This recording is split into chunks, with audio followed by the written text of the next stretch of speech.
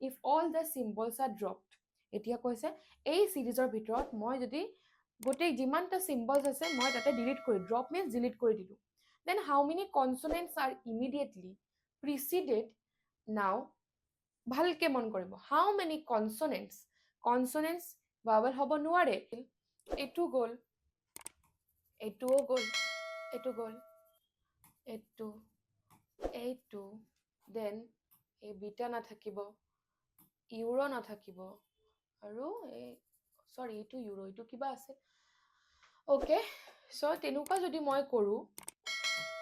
এতিয়া মোক কি ওলাব লাগে এইচ মোৰ এটা কনসোনেন্ট হয় বাট মোৰ এইচৰ আগত কোন আছে নাম্বাৰ নাই এলফাবেট আছে নহব মই নোৱাৰিম নেক্সট কি হ'ব আৰ টো যেটো আছে এটো আকৌ কি হয় কনসোনেন্ট হয় তাৰ আগত নাম্বাৰ তাৰ পিছত নাম্বাৰ সো এতিয়ালৈকে মই এটা পালো ওকে নাও এইটো এন আছে এনো এটা কি হয় মোৰ কনসোনেন্ট হয় followed by a number sorry preceded by a number but not followed by a number so etu mor nohobo